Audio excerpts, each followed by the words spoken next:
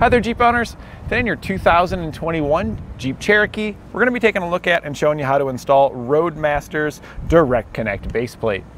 And this is what our base plate looks like when it's installed. It pokes right through the opening where your factory tow hook would go, so it gives it a nice clean look here at the front. I really liked it. It actually made the installation quite a bit easier too, because you don't have to do a lot of trimming. It just kind of fits very well in this vehicle. So Roadmaster did a top-notch job here with this base plate. It has a black powder coat finish on it to protect against rust and corrosion, and it is the Direct Connect model. We currently don't have the arms inserted in here. This is the mode you would have it in when you're driving your Jeep around town, when you're not flat towing it, just kind of the normal mode right here. To the outside of our base plate connection here, we've got our safety cable attachment, and if we go a little bit further towards the inside of the vehicle here, towards the middle, you've got a mounting location for your electrical connector.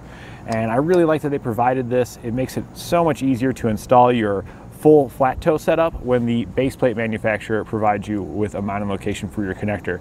It really makes it easy to integrate all of the components that you need and drastically reduces how much you have to modify the vehicle. When you're ready to use your tow bar, you can take your arms here. They simply slide into place. The little pin here will lock in, so we'll just twist it about 90 degrees there until it clicks into place. This is where our tow bar will attach to. You can hook up any Roadmaster tow bar to this. There are adapters available here at eTrailer though, so if you have a different manufacturer's tow bar, you can swap out the ends on it to mate up with the Roadmaster base plate here. We'll insert the other side. And now we're ready to hook up to our motorhome. To hook our tow bar to our base plate, we'll get it out of our storage position, just lift it on up. Push back on the lever here to drop it down. We can then spread the legs apart. We'll extend the arm and line it up inside of our base plate connection point there. Grab the pins, slide it through. The hole here should line up on top, and then we can drop the other pin on the other side to secure it in place. We'll then do the same thing here for our other arm to get this one installed.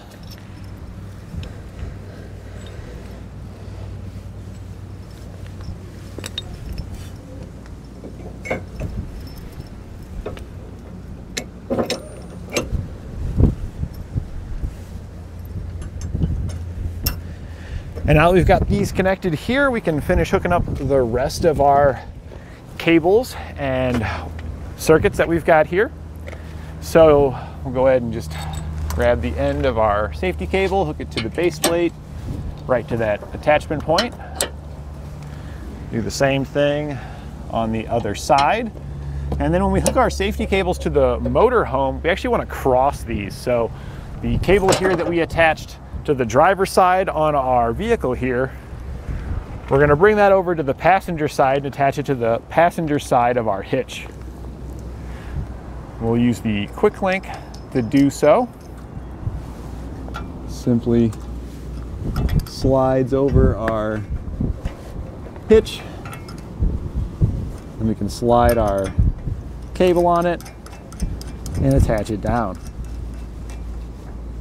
And then we'll just do the same thing for the other side here.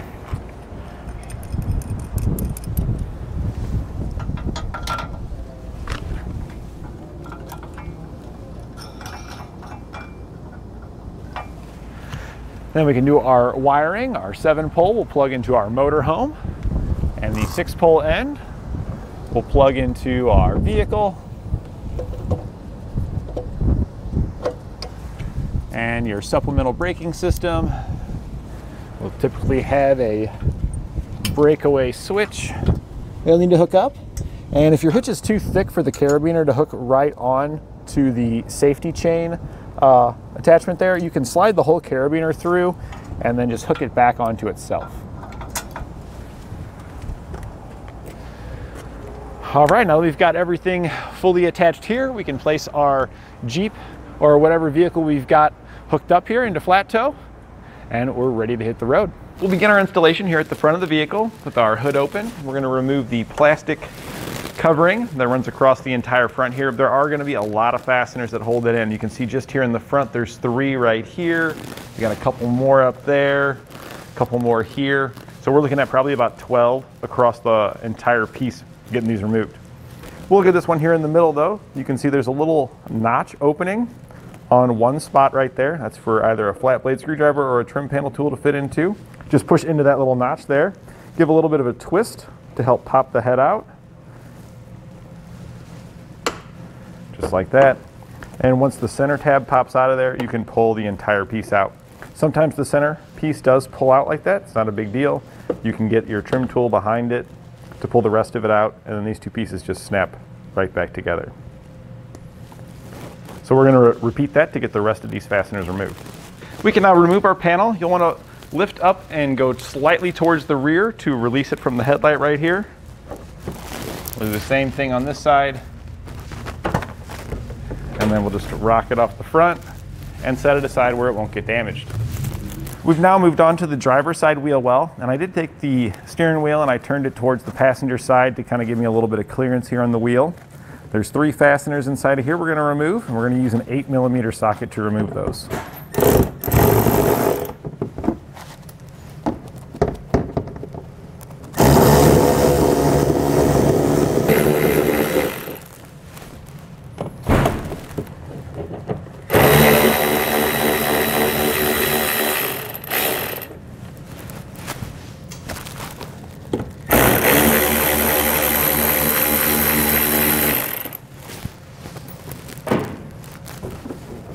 After we remove those, we can peel back the fender liner here a bit.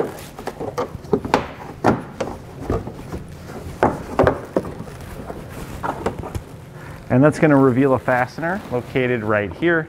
We are going to have to switch socket sizes. It feels like it's a little bit bigger. So now we'll grab our 10mm, we'll come up in here and remove our bolt.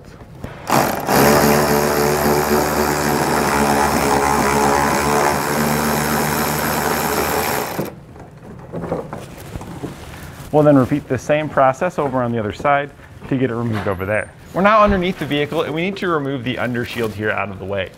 There's 3 bolts here across the front, and if we look at these 3, you'll see there's kind of a V notch cut out into these. We don't need to remove these all the way. We just need to loosen these ones up. And that'll be good enough.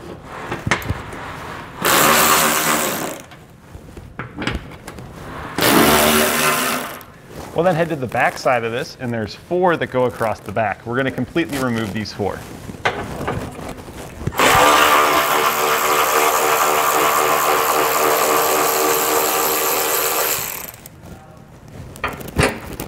We're removing all these with our 13mm socket.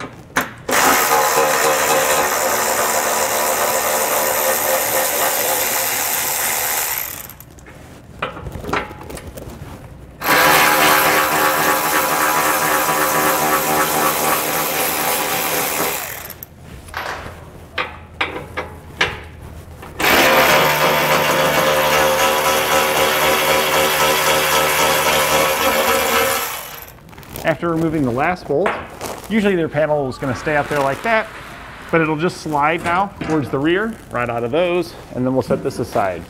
And now we can remove the bolts that go across the front here. We only need to remove the silver colored ones, the black ones can stay in place.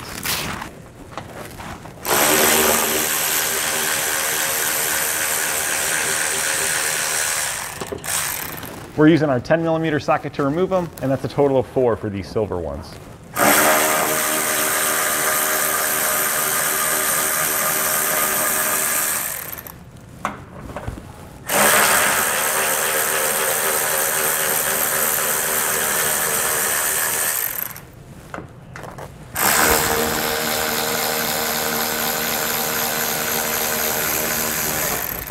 On each side on the bottom, you're going to have a rivet that goes up through the bottom. You'll have to drill that out. We're going to take our 3/16 drill bit and just run right on through that.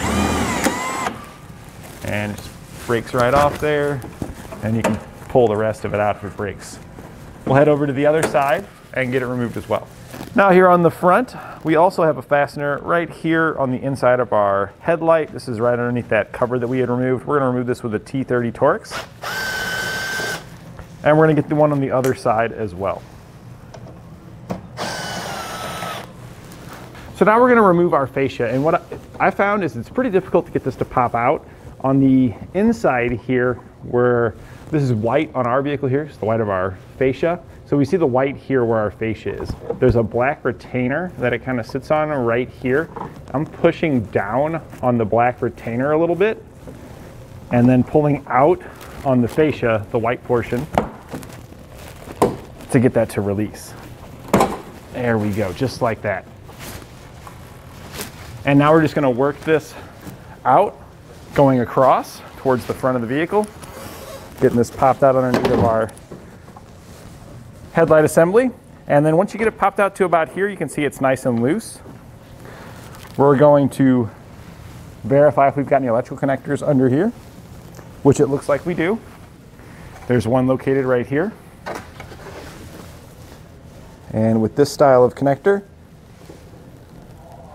we'll need to pull this red piece out to release it.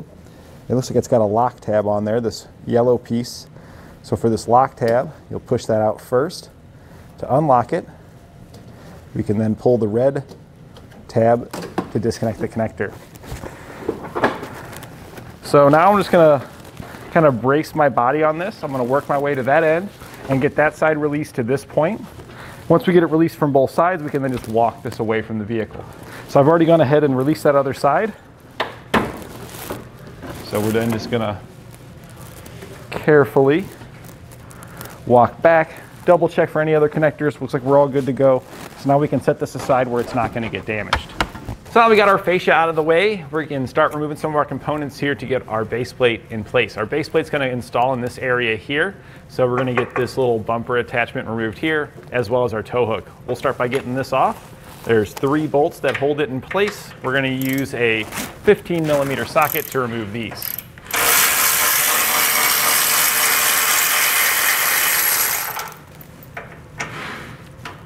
Now you don't have to worry about this falling off of there. You can see there's a little clip on here. We'll have to remove that afterwards. That's just like a little speed nut they slide on there for assembly. So that'll keep this from coming off of here, so we can just get these bolts zipped out.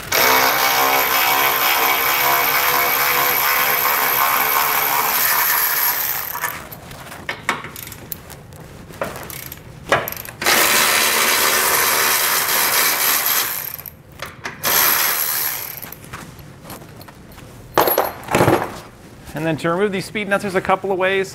Side cutters usually work pretty well, but if we can get our trim tool up behind here, that'll probably make our life even easier. Or you could kind of just pull this. They snap and break so easily.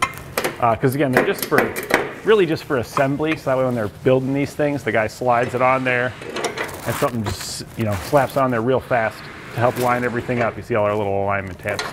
So we can get that out of the way and then change our focus to there. And now we'll remove our tow hook. The 2 bolts that's here in the front, we're gonna remove using a 16mm socket.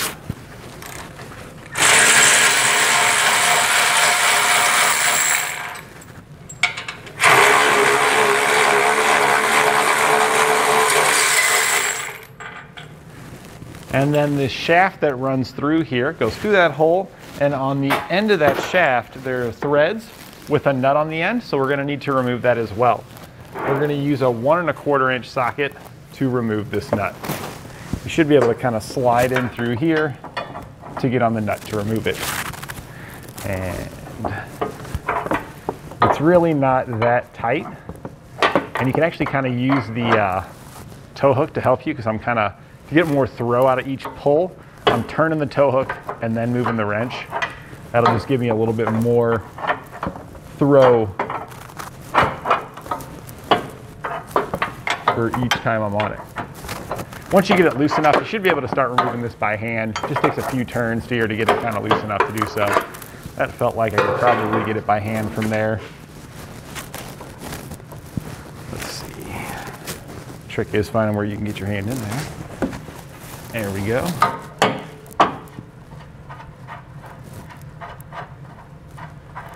Once we get the nut removed from here, we'll pull the washer off that's on there, or there is no washer, it comes with the nut. So once we get the nut removed, we'll slide our tow hook out, and then we'll head over to the other side and remove the tow hook and bumper attachment, just like we did on this side. On the driver's side here, when removing this tow hook, you are gonna have your washer bottle here, but you still can reach it. You just need to kind of go in at an angle here from the bottom. You can get right in there in the back.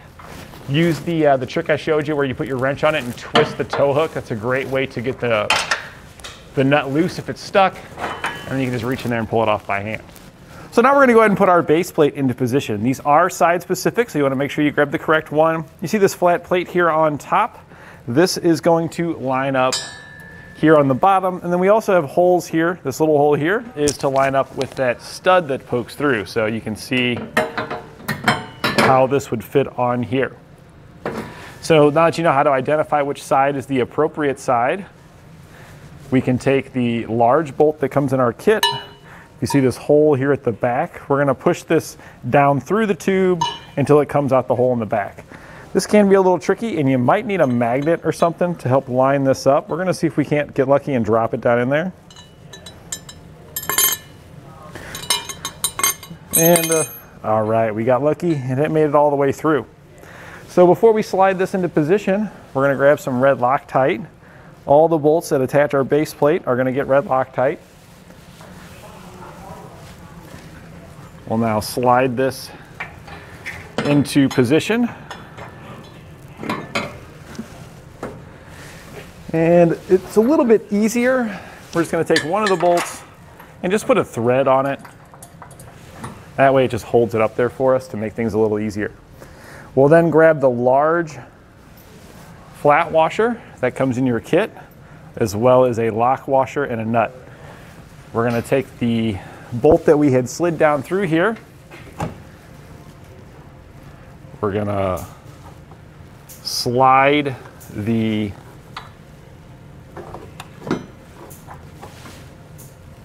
large washer over it. There we go. Sometimes you gotta kind of make sure it's all the way through there. And then we can take the flat washer, slide that over it, followed by the block washer, and then lastly we'll thread the nut into place. And that's good enough. We just need to get it started on there for now. We can then turn our attention back to the factory hardware here. And we're just gonna reinstall all of these, so I'm bringing that red Loctite over. We're gonna thread each factory bolt back into place. The one that we had started here at the top, we can go ahead and unthread that one real fast. We only had it in there just to turn, just to hold things together for us. We can now put that Loctite on there. Get it started in there. We have one more factory bolt that goes in the front, and then we'll have one factory bolt that will go up through the frontmost part of our plate here, where the tow hook used to be attached. So we'll grab this one. It's one of the black ones here. And that'll go up through the base plate into the tow hook attachment. Now that we've got each one of these started, we can start zipping them down. So we're gonna use the same size as we had been using, so 16 for this one. Run it up.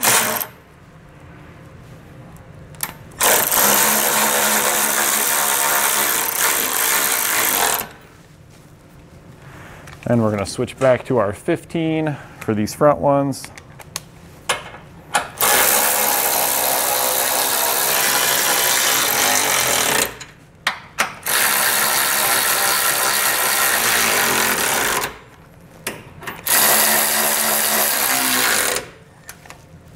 And then we'll use a 19mm socket and wrench to tighten down the bolt that passes through the middle. You are going to need a pretty long extension to be able to tighten these down. After we get all of our hardware tightened down, we can then go back and torque it to the specifications outlined in our instructions.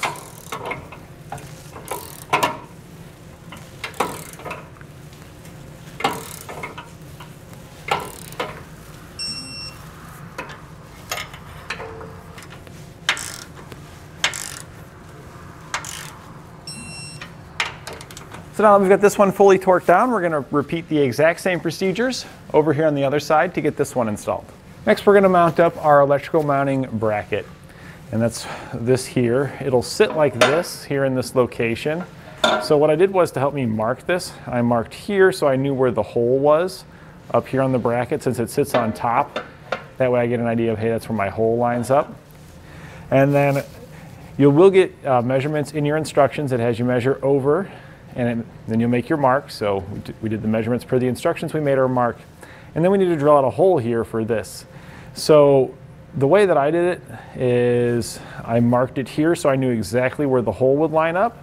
And then this distance here that it goes in, you want to measure about 1 inch in from this outside edge inward, and that's where you'll mark your hole to make it line up with this little bracket here. So now that we've got those made, we just put our mark at that inch depth there. Now we'll take our 1/4 inch drill bit and we'll drill right on through.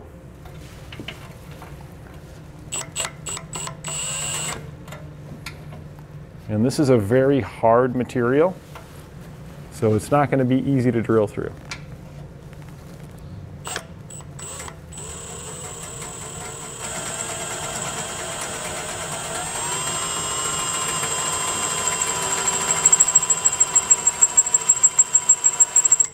Now that we got it started a little bit, we're just going to put a little bit of silicone spray on there, or lubricant, just to help it cut a little bit better.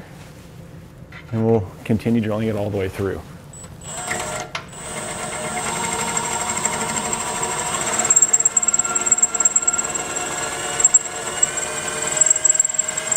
So after we get that one cut out, we can then kind of just hold these up here, hold our bracket up there, and just line up the holes to mark out for the one over here on this side. And how to protect against corrosion, we'll just take a little bit of black spray paint here just to hit the holes that we had drilled, and if you happen to have made a couple of marks on the area right below it, you can cover that up as well. And now we'll take the hardware that comes in our kit. We're going to take the smaller bolt that comes in our kit. Looks like we're going to have to go from top down due to that lip being there. So we'll go ahead and slide it through the bracket first. Bring it up over the top, bring our bolt down through the bottom there, and then it looks like we got to pull kind of up on the bolt just a little bit so we can get our nut started on there. There we go. Get that side started, and that's good enough for now. We just need to get it started. You can then grab your other bolt. We're going to slide that down through the top as well. It's a lot easier to get these all started while it's loose, so you can maneuver the bracket around. And then we'll have to pull up just a little bit on this one. Get our nut up in there. Get this one started as well. And we want to make sure we've got the tubes pointing towards the front, because that's where our electrical connector will attach to. And now we can go back and tighten these down.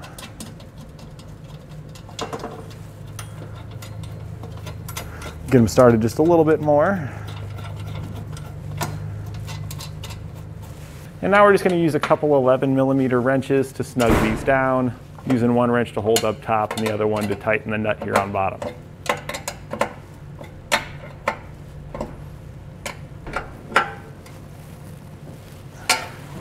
All right, and now that we've got this mounted up, at this point we're ready to reinstall our fascia in reverse order of how we removed it. There is some trimming that we have to do to trim out around our components here, but at this point I recommend that you take a break from your base plate installation and finish the rest of your flat toe components. And this is going to include your diode wiring, your supplemental braking system, and any other accessories that you might have, like a charge line kit or anything like that. I would run all of those now, because while your fascia is off, you're going to have a lot more room to work. It'll be a lot easier. And then also, depending on all the accessories you're planning on using, your braking system could potentially have some connectors here at the front. So you can get all this mounted up, because your trimming may vary slightly depending on those optional accessories you got. So we're going to make sure we get everything mounted up so we can see what exactly we have to trim out first. And then we'll come back here after we get all those installed, and we'll show you how to get that fascia trimmed out and back installed.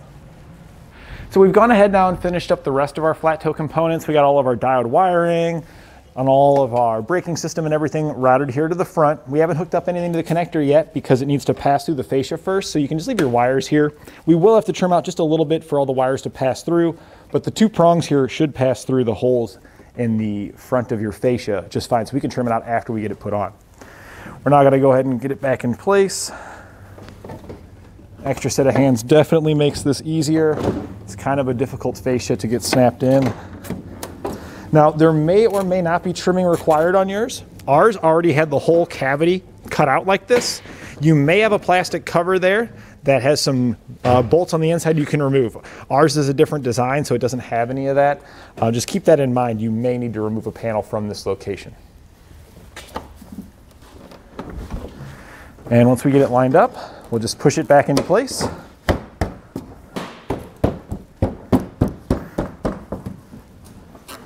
And we'll do the same thing on the other side to get it snapped in. So now that we've got our fascia back on, we can go ahead and reinstall all of our fasteners in reverse order. And we're also going to trim out this area here and finish wiring up our components here at the front. So when you're reinstalling your fascia, you did have to drill out a couple of rivets. You do get some new rivets in your kit. You're going to get plastic rivets, unlike the metal ones that you had before. And you are going to need a special tool to install these. A metal rivet gun is different than a plastic rivet gun, so you need to make sure you have the appropriate tool to use them. If you have metal rivets and a metal rivet gun at home, you can go ahead and use those. But since it provides us with the plastic ones here, we'll show you how to install these. So with our plastic rivet gun, we're just going to slide our rivet down in there. We're going to poke this through the hole where our rivet used to be, and then we also want to make sure that it pokes through the fender liner on the other side so it attaches the two pieces together. So we've verified that we went through the fascia plastic and the fender liner plastic. Once you verify that you've gone through each, just keep a little bit of pressure up on it. Give it a squeeze. That's going to pull some of the shaft of the rivet down, squeezing them together. But you do, more often than not, after you pull it there, have to slide it back up the shaft and do a second pull to get it to break off. And then it breaks off nice and clean like that. We've got our two pieces secured together. We'll just repeat that over on the other side for the other location where we drilled out the rivet. When you're putting your fender liner in on the driver's side, if you didn't plug your connector in when getting the fascia back on, you can reach right in here and access it. We can see it right there. My finger's pointing right at it. And our connector, you can see, is right here. So you can just plug these two pieces back together.